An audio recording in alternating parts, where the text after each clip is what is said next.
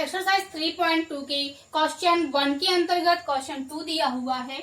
5 pencil और 7 कलमों का कुल मूल्य ₹50 है, जबकि 7 पेंसिल तथा 5 कलमों का कुल मूल्य ₹46 है। एक पेंसिल तथा एक कलम का मूल्य ज्ञात कीजिए। इसमें हमें सर्वप्रथम रैखिक समीकरणों के युग्म बनाना है, इसके पश्चात इसे ग्राफीय विधि से हल करना है। तो हम इस कथन के लिए सर्वप्रथम रैखिक समीकरणों के युग्म बनाते हैं। इसमें हमें एक पेंसिल और एक कलम का मूल्य ज्ञात करना है, तो माना एक पेंसिल का मूल्य बराबर X रुपए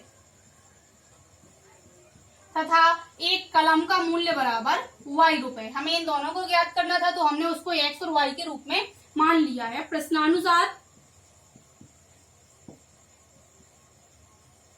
देखिए, यहाँ पर प्रश्नानुसार कहा गया है कि 5 पेंसिल, तो 5 पेंसिल का मूल्य हमने X माना है, तो यहाँ 5X हो जाएगा, प्लस 7 कलम तो प्लस 7Y हो जाएगा। इनका कुल मूल्य दिया है हमें ₹50। यह हो जाएगा समीकरण 1। पुनः प्रश्नानुसार अब इसमें पुनः कहा गया है कि 7 पेंसिल, तो यहाँ हम कर देंगे 7X प्लस 5 कलम, तो यहाँ हो जाएगा 5Y। इनका मूल्य दिया गया है ₹46। इसको हमने मान लिया है समीकरण 2। अब यहाँ पर हमें रैखिक समीकरणों के युग्म बनाना था, तो हम लिख देंगे यहाँ पर समीकरण 1 व 2 रैखिक समीकरणों के युग्म को प्रदर्शित करते हैं। अब यहाँ पर हमने इसे रैखिक समीकरणों के युग्म के रूप में प्रदर्शित कर लिया है। अब हमें इसको ग्राफीय विधि से हल भी करना है, तो हम इसको ग्राफीय विधि से हल करते हैं। यहाँ पर समीकरण 1 दिया है 5X प्लस 7Y बराबर 50। तो इसको हमें पहले X या Y के रूप में बनाना पड़ेगा, जिससे हम बिंदुओं का अंकन कर सकें। तो यहाँ पर हम इसको लिख सकते हैं 7Y बराबर 50 माइनस 5X, क्योंकि यहाँ पर ये 5X प्लस के थे और पक्षांतर करेंगे तो ये हो जाएंगे यहाँ पर माइनस के। तो यहाँ से Y बराबर लिख सकते हैं 50 माइनस 5X बटे 7। ये 7 यहाँ पर है तो ये बटे में आ जाएंगे। अब ये Y के रूप में बन गया है समीकरण, जिसमें हम X का मान रखेंगे तो हमें Y का मान प्राप्त हो जाएगा। तो इसके लिए हम एक सारणी बनाते हैं।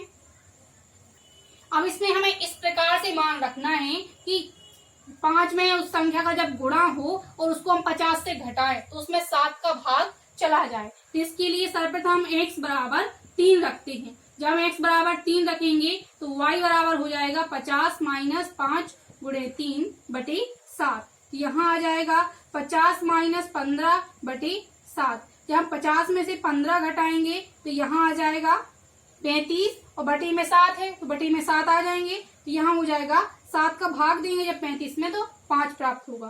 तो X बराबर 3 पर Y का मान हमें प्राप्त हुआ है 5। अब इसी प्रकार से इसमें अन्य मान भी रखेंगे, तो अब हम इसमें X बराबर 10 रख कर देखते हैं। जब हम X बराबर 10 रखेंगे तो Y बराबर हमें यहाँ से प्राप्त हो जाएगा 50 माइनस 5 गुणे 10 बटे 7। यहाँ हो जाएगा 50 माइनस 50 बटे 7। यहाँ हमें प्राप्त हो जाएगा 0।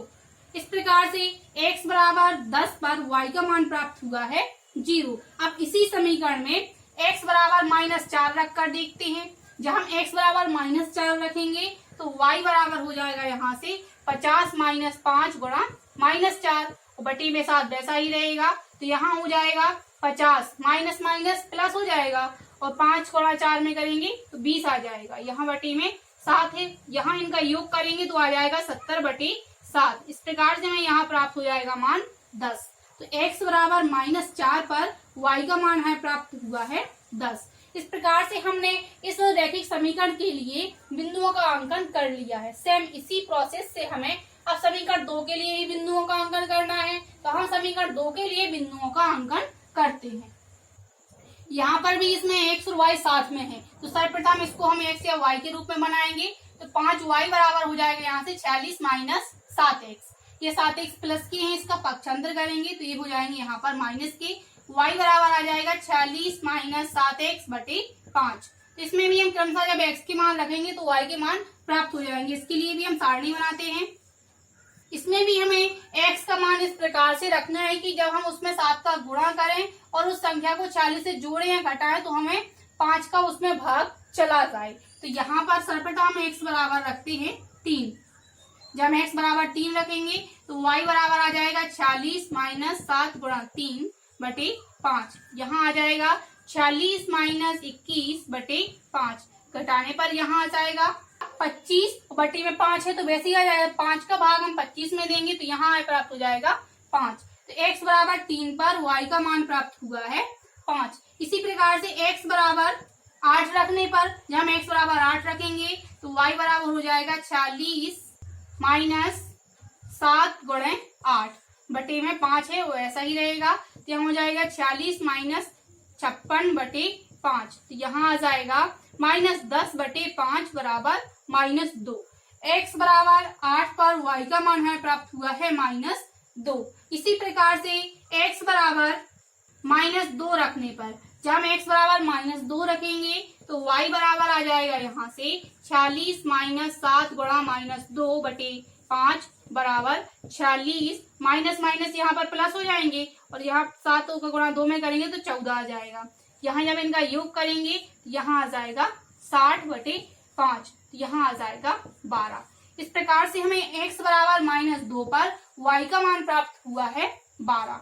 अब हमने इसके लिए भी बिंदुओं का अंकन कर लिया है, और जब बिंदुओं का अंकन हो गया है तो अब हम इसके लिए ग्राफ का निर्माण करेंगे और ग्राफ में इन समीकरणों को निरूपित करेंगे और जहां पर ये दोनों एक दूसरे को प्रतिच्छेद करेंगे वही दिए गए समीकरण का हल होगा। तो इसको हम सर्वप्रथम एक ग्राफ का निरूपण करते हैं।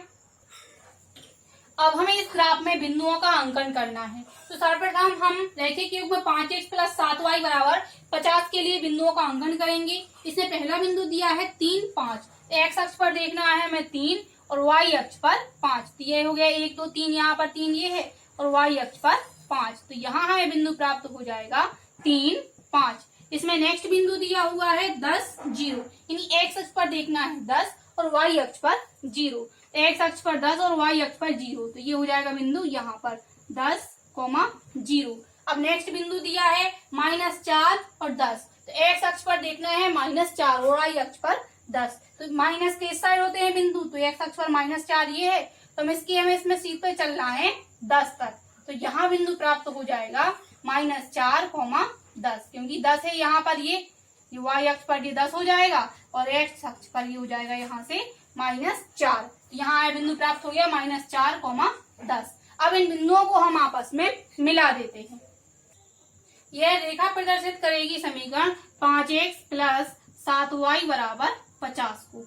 इसी प्रकार से हम इस दूसरे समीकरण के लिए भी बिंदुओं का अंकन करते हैं। इसमें पहला बिंदु दिया है 3 और 5, तो x अक्ष पर 3, y अक्ष पर 5, तो यहाँ ये बिंदु है।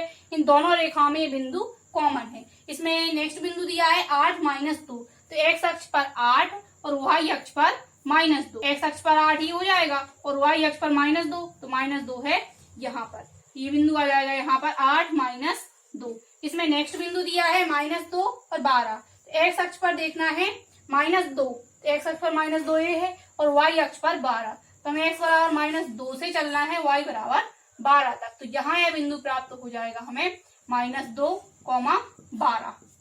अब जिस प्रकार से हम इन बिंदुओं को मिलाया तो हम इन बिंदुओं को भी आपस में मिला देते हैं। इस रेखा को हमने नाम दिया था L1, इसको दे देते हैं हम L2।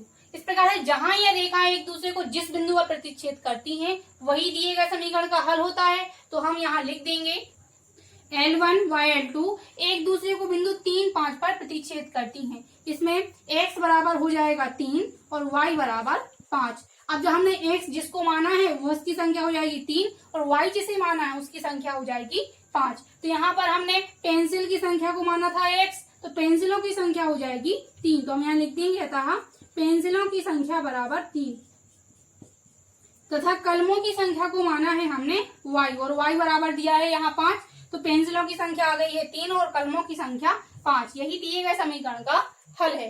अगले क्वेश्चन को सॉल्व करेंगे हम नेक्स्ट वीडियो में।